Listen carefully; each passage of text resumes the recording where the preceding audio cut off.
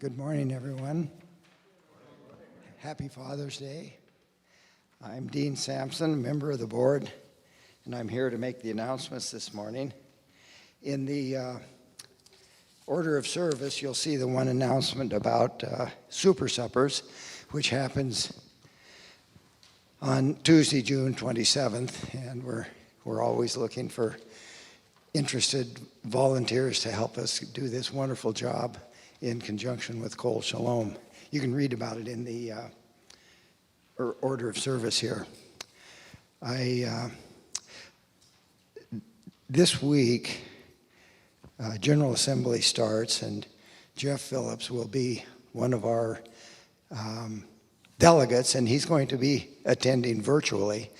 So he will be at the Cedar Center Wednesday through Sunday, and anybody that would like to attend virtually are encouraged to join Jeff at the Cedar Center. The hours, I'm sorry. So check the Cedar's calendar and all the slots are filled in. Okay, thank you, Jeff. I have a late breaking announcement that I just received. And this is from Michael Cox. Just one moment. My mail jumped.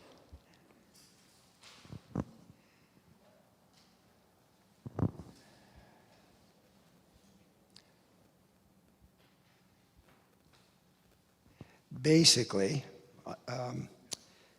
Cedars will be participating in the July parade here on Bainbridge, and the theme is climate change. So anybody that is interested in joining a contingent of Cedars members are encouraged to. I don't have the details on where we're meeting yet, but you can contact Michael Cox.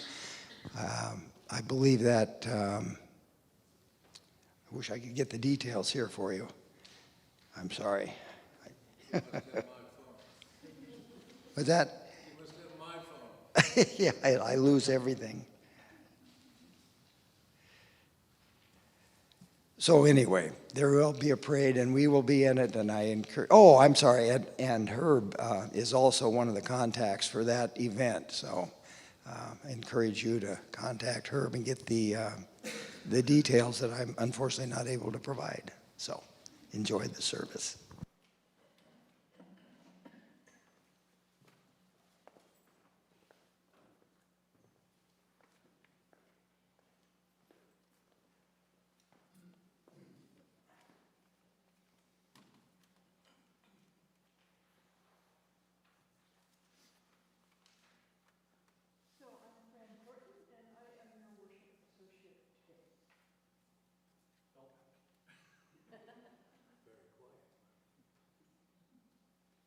I'm Fran Corton, and I am your worship associate today. So today, of course, is Father's Day, and it's also the day before Juneteenth. So we will be reflecting on fathers and fatherhood today. And for our speaker, I want to welcome Warren Reed, a familiar figure here who has given sermons a number of times before, including some of the disconcerting discoveries that he made about his own ancestors.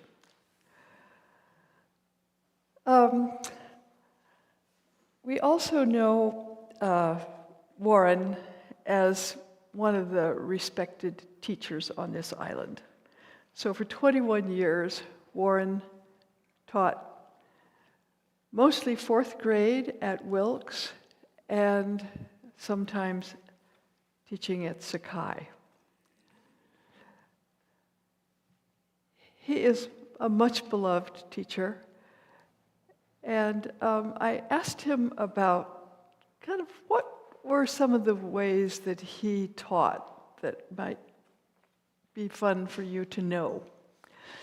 And I was very struck by this particular thing. You know, fourth graders, when they arrive at school, they are wired, right? But Warren wants the kids to be in a space where they can learn, they can share, they can listen. So he would, as the children arrived, he would have the lights dimmed in his classroom. And he would have calm music playing. And he would greet each child at the door and welcome them in to this calm space. I have never heard of any teacher doing that, and I think it's just marvelous. So that's just a tiny glimpse into some of the uniqueness of Warren's teachings. Warren is also a writer and has written several novels and is in the midst of writing another one, and also a memoir. So we are delighted to have Warren here today, reflecting on fatherhood on this day we call Father's Day.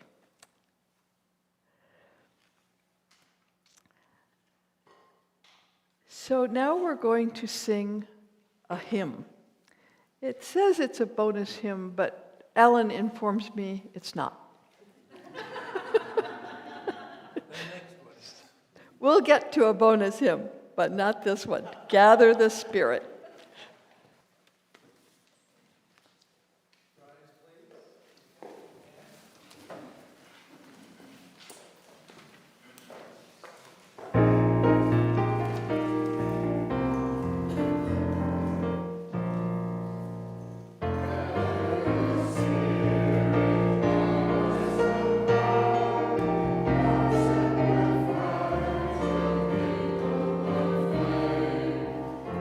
With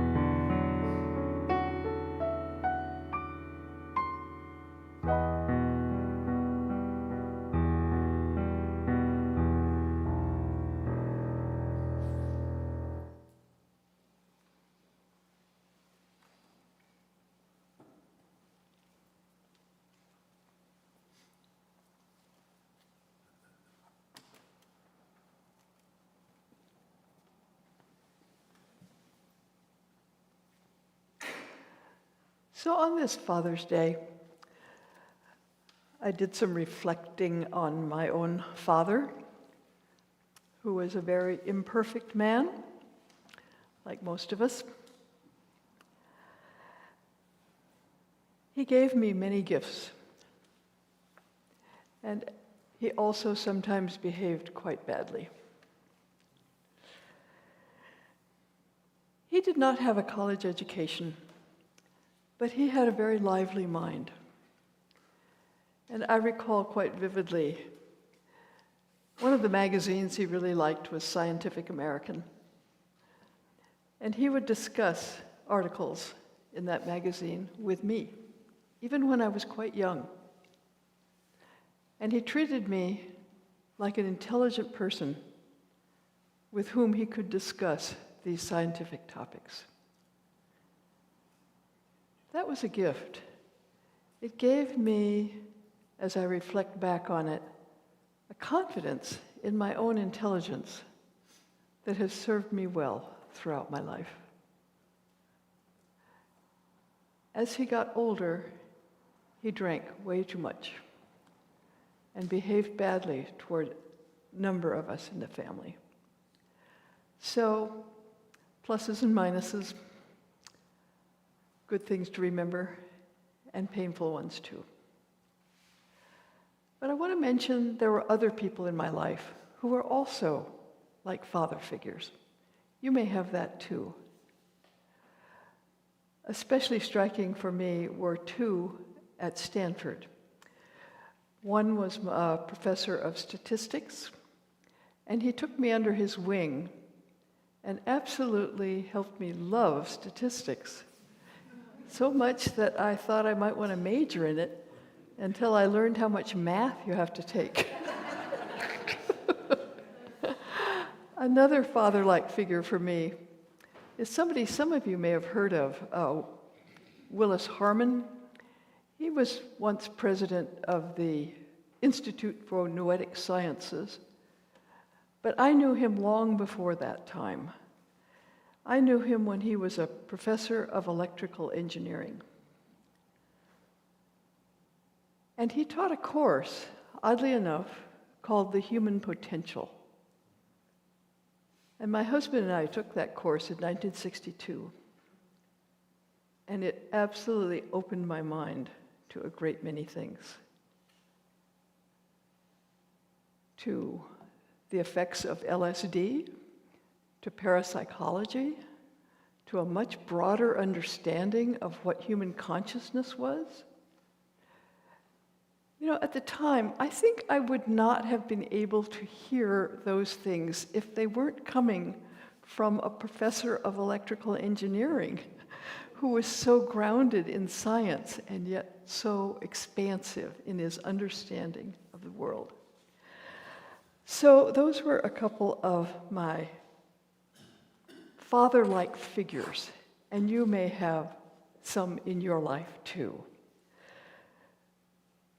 These are people who helped lay the foundations of our lives, which is a reminder of some words you may recall from Peter Rabel, who said, "We build on foundations we did not lay. We warm ourselves by fires we did not light. We sit in the shade of trees we did not plant. We drink from wells we did not dig. We profit from persons we did not know." Our various fathers lay the foundations on which we build our lives.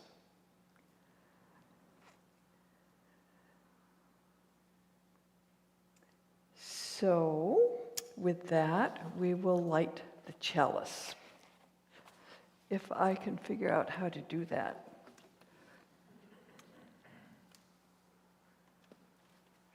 So you will find in your order of service the words that we will say. And let's see if I can do this.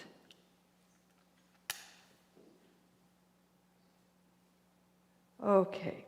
As we come together to worship, we remind ourselves to treat all people kindly, because we are one family, to take good care of the earth, because it is our home, and to live lives full of love and goodness, because that is how we will all become the best that we can be.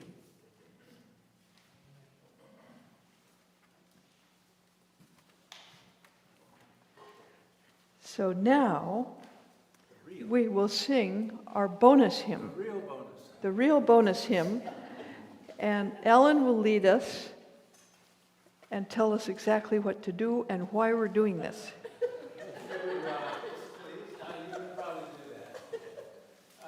We call this a bonus hymn because this was a hymn of the month before, I think February. So this is a kind of review, and I invite you to sing just the first verse and do it with gusto because you probably know it.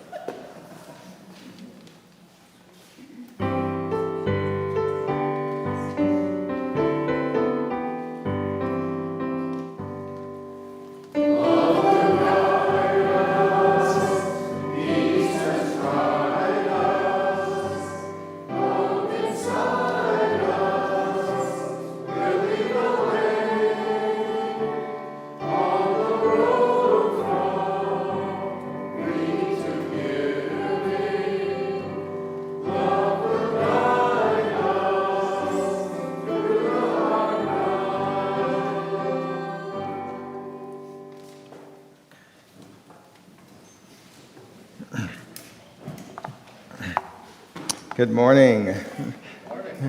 So the last time I gave the sermon, the Time for All Ages involved finding a picture book to share and gathering the kids up front to read. And as a retired elementary teacher, I always felt pretty comfortable with that. But Fran let me know that we do things differently now. So she explained that some examples of what's been done, and I said, oh, so that's like a turn and talk. So I did that in the classroom too, so that's okay. So with that, here's a little turn and talk activity that I'd like us to try. As I was thinking about this, I was thinking about the other night, Shane and I were talking with our sons, and the subject of telephones came up, and we were just talking about how much simpler it was a long time ago, and we were talking to them about landlines and the wall telephone that we had in our kitchen, about 555-1212. Everyone remember you could call information, about long-distance charges and a busy signal, and how when you called someone and they didn't answer, that was it. You just went about your day and you figured that you would try them later, and everyone was okay with that. I told them about party lines and how teenagers had to be told to end a conversation, an actual conversation on the telephone, to free up that one phone in the house. So there was a lot of talk about that. I remembered my childhood phone number, 337-1969. Maybe you all remember your childhood phone numbers. And I imagined that what my mother missed most about the landline was being able to slam down the phone on the receiver when you got a call and you were angry about something. That's a thing that's gone now. We can't really slam your phones down. So in the days after that, I started thinking about these phone calls and the people that I would call who aren't with us anymore. And the fiction writer in me began to wonder if I could pick up an old rotary phone, and if that phone could connect with anyone from my past, and I could talk with them for 10 minutes, who would I call? So I want us to imagine that we could do that. If you could call someone from your own table, or your own tabbed phone book maybe, or from your memory, who would you call? And you could tell them one thing, and you're allowed to ask them one question. So take a second, turn and talk. Who would you call? What's the one thing you would tell them, and what's the one question you would ask? So take about a minute.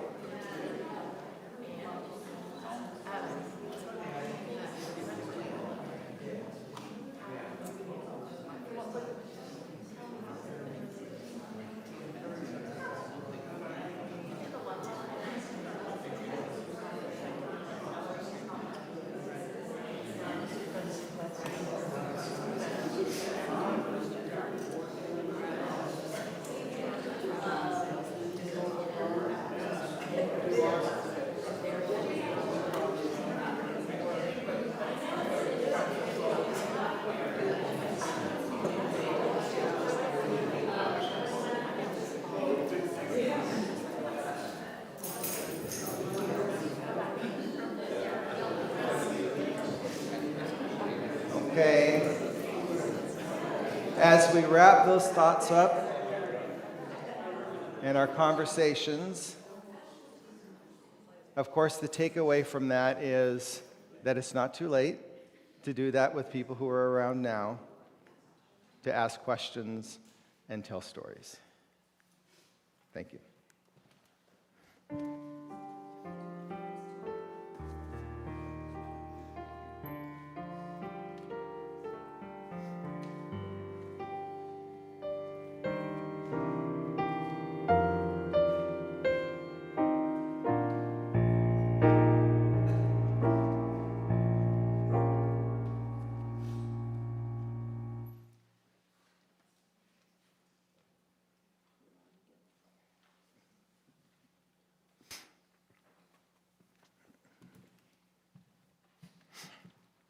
So besides today being Father's Day, and I know that Fran mentioned this too, I'd like to acknowledge tomorrow's recognition of Juneteenth, the commemoration of the emancipation of enslaved African Americans, as well as the month of June in celebration of Pride Month.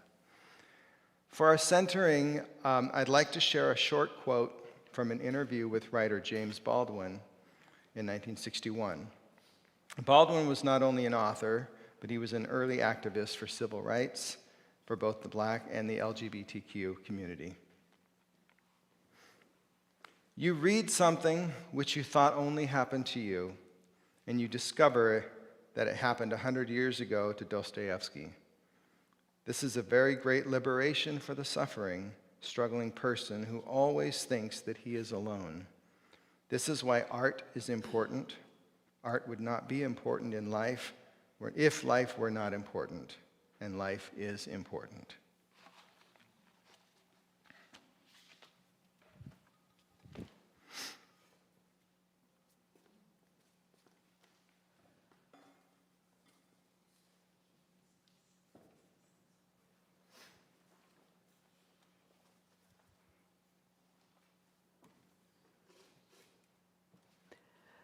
So now is our time for joys and sorrows.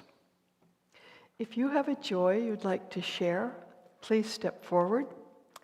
And if you have a sorrow you would like to share, we would like to hear it. This part of the service is neither recorded nor live streamed. If you are watching at home, please take this moment to reflect on your own joys and sorrows.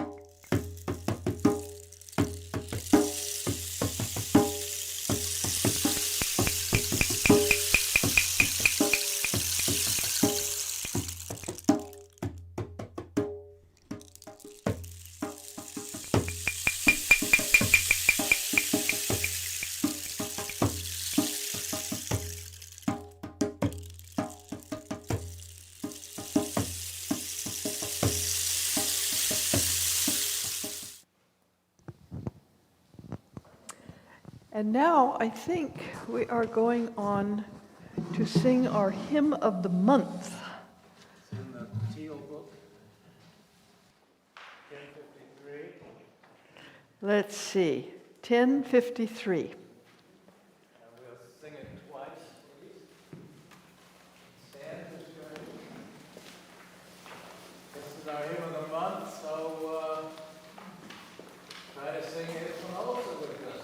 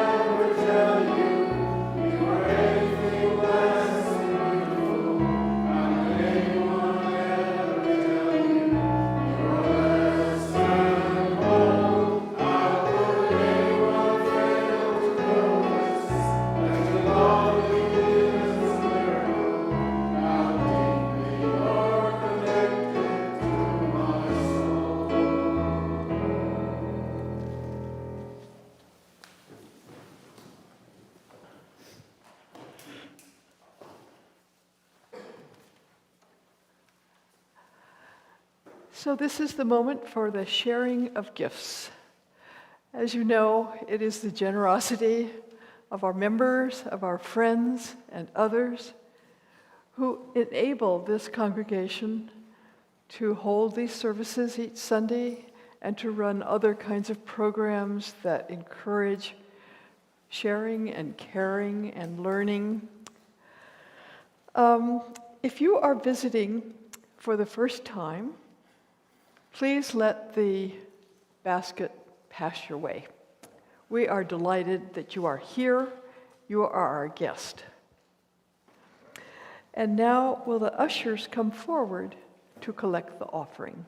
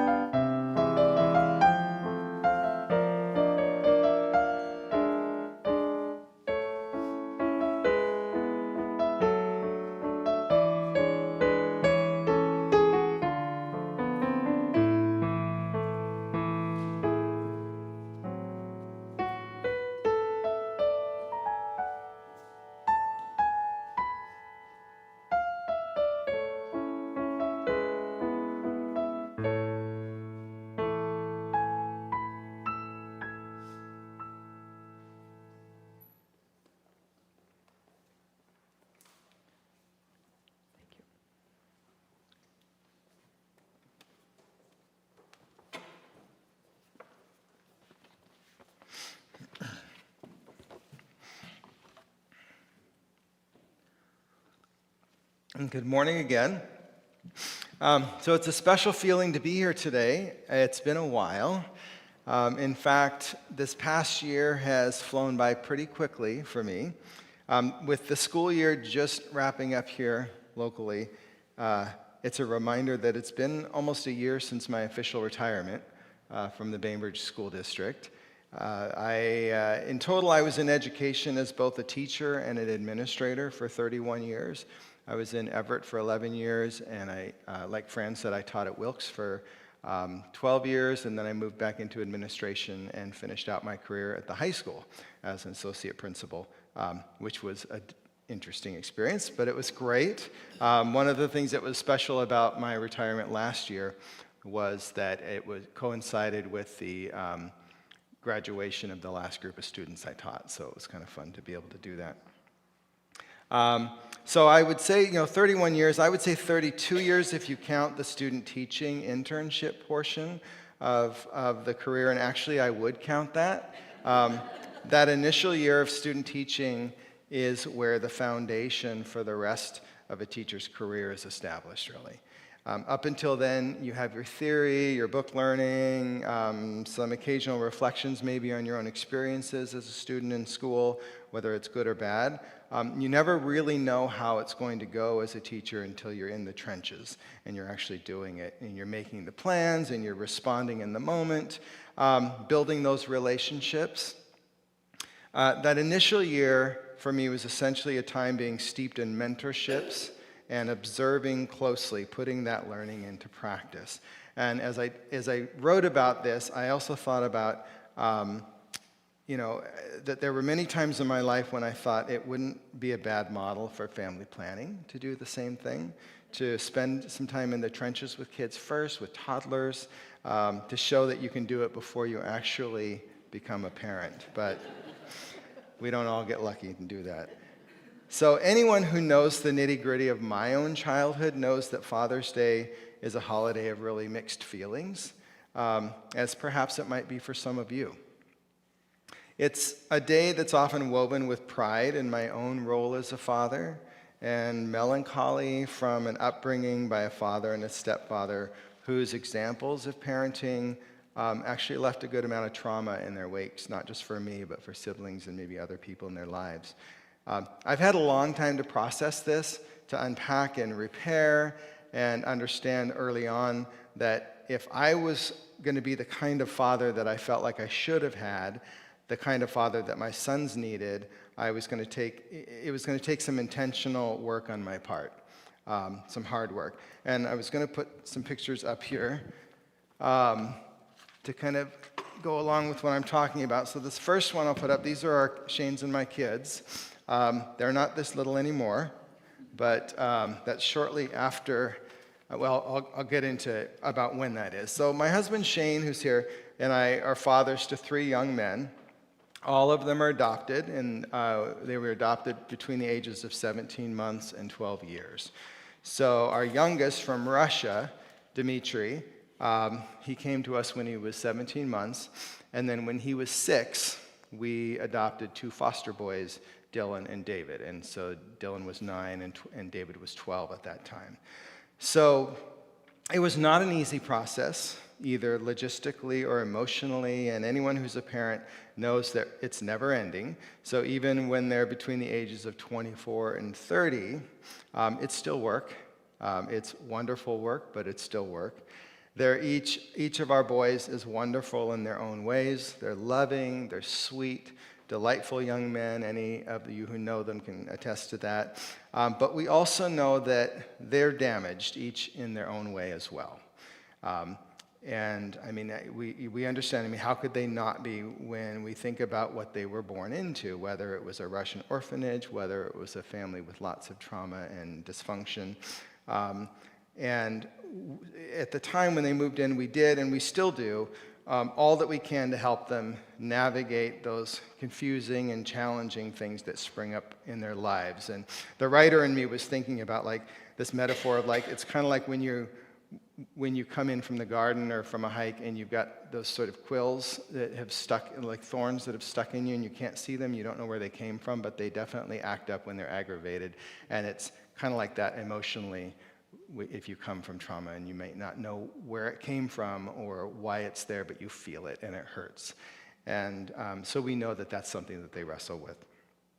So logistics notwithstanding, for me, the idea of fathering came way before the judge's stamp on the adoption paperwork.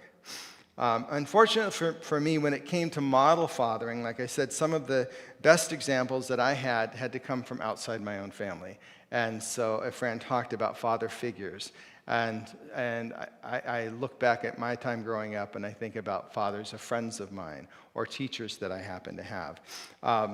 For me, when I thought about patient, thoughtful fathers, the names that come up are like Mike Brady and Steve Douglas and Ward Cleaver and Charles Ingalls and Andy Griffith, and maybe some of you experienced that same thing too.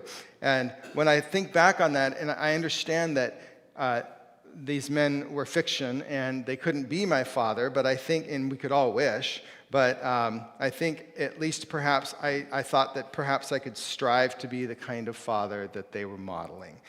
Someone who's patient and would listen and be thoughtful and not blow his top when things didn't go the way that you were expected to go. And so I could say that mentors really come from unexpected places, whether it's real or fictional. So when it came time for me to take on the role of dad, I understood that if I wanted to be the healthiest, most gentle and loving father for my 3 sons, I would need to unpack a few things first. I knew that there was a lot of clutter in my parental attic up there that I had to sift through. And so by the time Shane and I began the process of adopting Dmitri from Russia, I'd been a teacher and even then an assistant principal for 10 years. And I'd had a pretty good foundation built from salvaging those useful tidbits throughout my adult life. I'd done work on reconciling the issues of my childhood, and like I said, I did all that before I went into the classroom. I knew that I could be a nurturing, calm, and supportive teacher to kids with even the most challenging needs. Like I said, a lot of that came from mentorships, but I felt confident that I could do that. But the thing is, while being a teacher prepared me for a lot of the challenges that come with being a parent, there was one thing that didn't prepare me for at all. And as a teacher, like I said, I felt like I could catch just about anything that came my way from my students. I could keep a level head, a solid perspective about it. But something about having your own kids that I discovered is, and I always kind of use this analogy, is that you can watch your kids and they can't find their lost socks, or they can look through a pile of papers and still not see the homework assignment that they're supposed to do. But somehow they can always find the very buttons to push on you that will make you behave in a way that you always swore you never do. And that happened more times than not. And I realized, wow, I guess there's some things that I missed when I was unpacking stuff. And I knew how important it was to not repeat some of the things that were done around me or to me, and that I had some work to do. So I quickly realized that for me, like I said, to understand myself, to be a better father, I had some things I needed to do. And one of the things that came up to me is that I realized that I needed to, again, sift through the examples I had growing up of things to keep, things to get rid of, and I needed to dig deeper. I wanted to go back to my grandparents and their parents to get a greater understanding of that line, that tree. Unfortunately, my grandparents at that time on both sides were gone. They were deceased. But I mentioned the whole issue of the family tree, and initially I thought, well, the internet was kind of just starting to flourish, and there was information out there. I'm going to find out as much as I can about my lineage. Maybe I can find some golden nuggets in there. Maybe, all I have really kind of is some toxicity. I'm going to find something really good in there. But I also thought maybe I can also find out at what point did things start to go bad. When did things start to go wrong? So I'm going to jump in and encapsulate a story that many of you already know. Some of you don't know it, and so I'll try to capture it in the time frame that we have before moving into it. So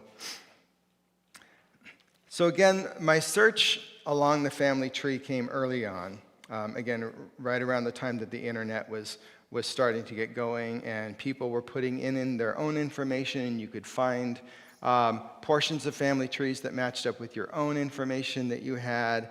And it was a lot of puzzle making of people putting together. As I was researching looking at grandparents and great-grandparents, names I knew, locations I knew, I was finding cities and villages that I'd never heard of and countries that I'd never been. And it was interesting, if not particularly illuminating. But one night, in the midst of a search for my mother's maiden name, which was a pretty unusual one, I came upon an article in a Duluth, Minnesota weekly that was, to put it mildly, unsettling. The gist of the story is as follows. And again, apologies for those of you who know it, but we'll recapture it here. So on a warm evening in June of 1920, in Duluth, Minnesota, a young couple by the names of Jimmy Sullivan and Irene Tuscan met up at the local fairgrounds. The circus had come to town, which in those days was a really big deal. Everyone turned out to take in the shows and the games of chance. And the night went on. As the night went on, something else occurred that even today is still kind of unclear. It might have been a game of craps with a group of circus workers. It might have been an industry tryst that happened. But in the end, this couple, Jimmy and Irene, for reasons unknown, reported that Irene had been sexually assaulted, had been raped by as many as 6 of the black circus workers that were there. So in spite of a shaky story and no proof, and then later on, an examination that didn't yield any sort of trauma at all, the local police stopped the outgoing train at the break of dawn and coached the couple to identify 6 of the crew members who were pulled from the group and taken to the city jail. So news of the story and the arrests quickly spread around town. One man, a middle-aged widower and single father by the name of Louis Dondino, took it upon himself to begin driving his truck to the jail slowly in order to collect other vigilante-minded men, procuring rope from a local hardware store. Within hours, a crowd of 5,000 to 10,000 people had gathered at the jail, and before the night was over, 3 of the men were dragged from their cells and lynched from a lamppost a block away. So when I discovered the story, been some 20 years ago now, I was shocked to find my mother's maiden name mentioned in that account. In fact, the truck driver named Louis Dondino was my mother's beloved grandfather. His only child, a 13-year-old boy named Ray, was my mother's father and my grandfather. So needless to say, my mother and I had never heard this story, and at the time of discovery, both her parents had been long deceased. My mother, being an only child with no aunts, uncles, or cousins to process this with, we were more or less on our own to figure out what to do with it. Except we weren't really. So the reason I found the story was because a group of Duluth community members who had formed to design and install a large memorial to the 3 men that were lynched: Elias Clayton, Elmer Jackson, and Isaac McGee. The story of the memorial itself is one that would take too long to go through, but it's worth looking up if you can. My mother and I reached out to the committee to voice our support for the project, and in 2003, I traveled to Duluth to speak at the unveiling, offering our family's acceptance of responsibility for the incident and a formal apology. Now, since then, along the way, I had the honor of meeting others who might share the weight of something like this in their lives. One was a woman named Karen Brannon, who, like me, discovered that her grandfather and great-grandfather, the town sheriff, were involved in a lynching in Harris County, Georgia in 1912. Most miraculously, I was able to track down the descendants of one of the victims, Elmer Jackson, and have since become close friends with a few. A wonderful woman named Virginia Houston, a distant cousin of Elmer, has become a close friend to me and traveled with Shane and me a few years ago to tour the National Memorial for Peace and Justice in Montgomery, Alabama at its grand opening. This is the other picture I brought.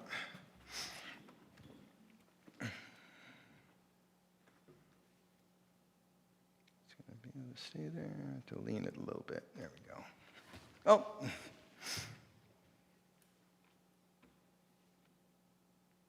Okay, you know what? It's going to be stubborn. I'll let you figure it out, Alan. Thank you.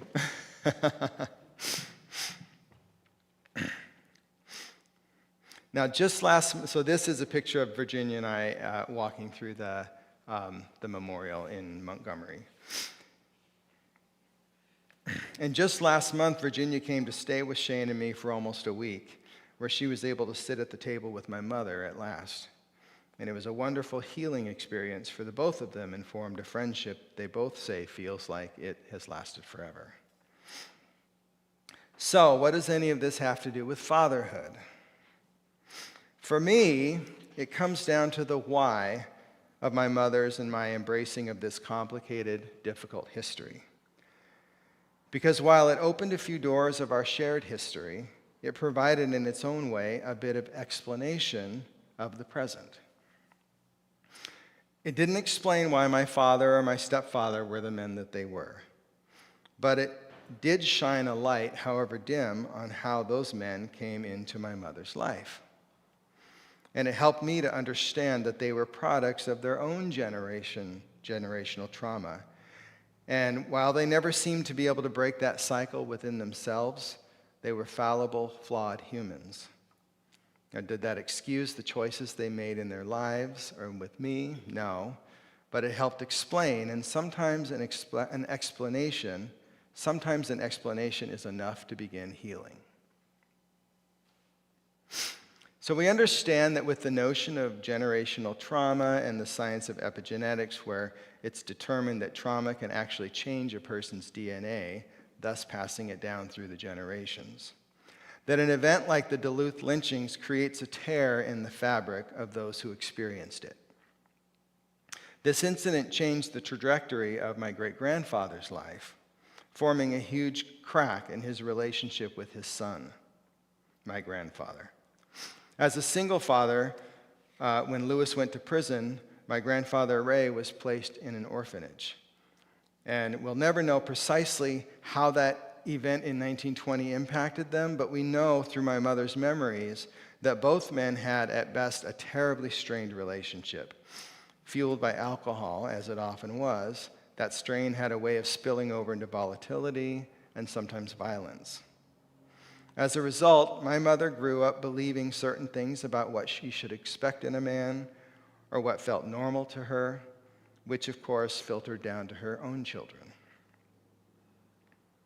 So in processing the issue of dysfunctional dynamics, we often talk of breaking the pattern, but it can be hard to do that if you don't understand the origins of those patterns or even see the pattern at all. In our case, we had the gift, and I call it that, a gift of discovering a possible indicator of that origin. If nothing else, discovering this allowed my mother to see her father in a different light, to understand the why of a complex man who had until then been seen by her in a singular dimension, the angry, distant father. Now, she was able to shift her feelings from anger to sympathy and find forgiveness for a man she never would have been able to do so before. For me, this whole journey, the discovery and processing of this horrible event, allowed me to fold the lesson into my own sons' lives. If nothing else, I've tried to teach them and demonstrate that while we can't control the events that came before us, we can try to understand why they happened. And we can try to find forgiveness for those who shouldered the trauma in the only way they knew how. Our jobs, as a parent, child, or even a member of the community, is to accept that which has been laid at our feet and take responsibility for it. Not blame, mind you, that's different, but responsibility. So, again, the teacher in me wants to give a simple example, like I might do with my students. If you're walking to the library and you see a book on the ground, most of us would pick it up without hesitation and return it. But why? It's not ours. We didn't throw it onto the ground, but we do it because it was right there next to us. It might save the book from being damaged, and it keeps the sidewalk free of clutter. It's just the right thing to do. So in the case of the Duluth lynchings, the same is true. My mother or I were not there in 1920, but being descendants of Louis Stondino, it was practically right next to us. Something needed to be done, and we were in a unique position to do something. So as a father, I knew that there were elements within me that were a part of the generational ribbon woven into my DNA. And while I didn't place them there, it's my responsibility to own them. The same is true of my sons, of our sons. We've done all we can do to give them the tools to do this, and we'll continue to do so. It's the only way to course correct and hopefully dilute that epigenetic pool. So on one hand, it's the flip side of Peter Rabel's quote. Just as we sit in the shade of trees we did not plant, we navigate obstacles that we didn't place. Just as we enjoy the benefits of those before us who did good, we continue to shoulder the pain of those who fell short. But we are not powerless.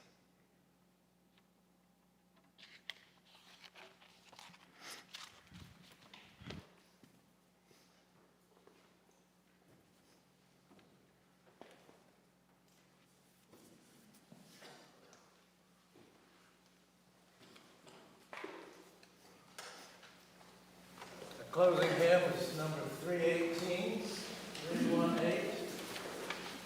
You would stand as you're able.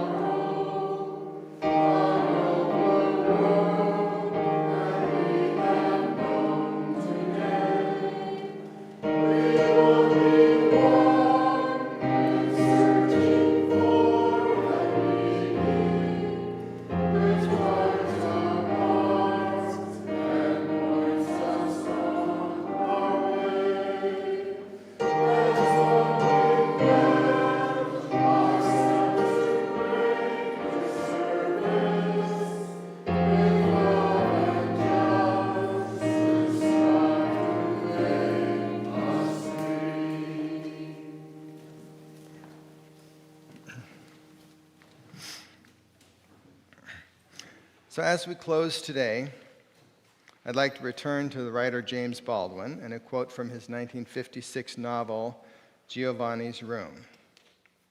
The novel Giovanni's Room was noteworthy at the time for tackling issues such as social isolation, gender and sexual identity crisis, as well as conflicts of masculinity.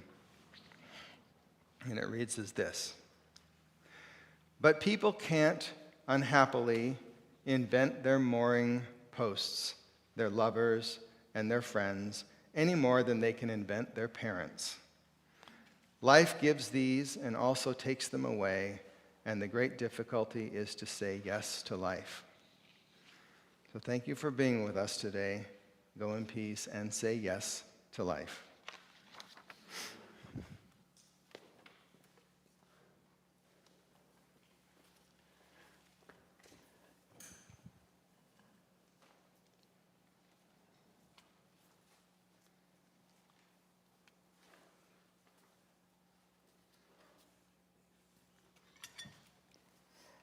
And now, please rise as you are willing and repeat after me.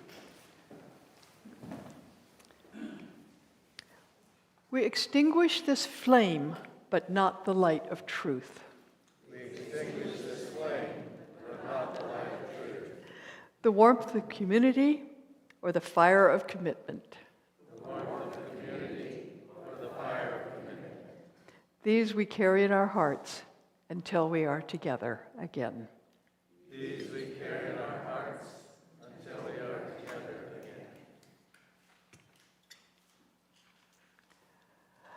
So I think Warren has already done the benediction. Is that right? I did. I jumped ahead, didn't I? I was so eager. We're flexible here. We're All right. Unitarians. So with that, let me turn it over to Audrey for our postlude. And you can remain standing, begin chatting. Audrey says, you do not have to just sit and listen to her music, even though you may want to. So thank you, Audrey. And thank you, Warren, once again.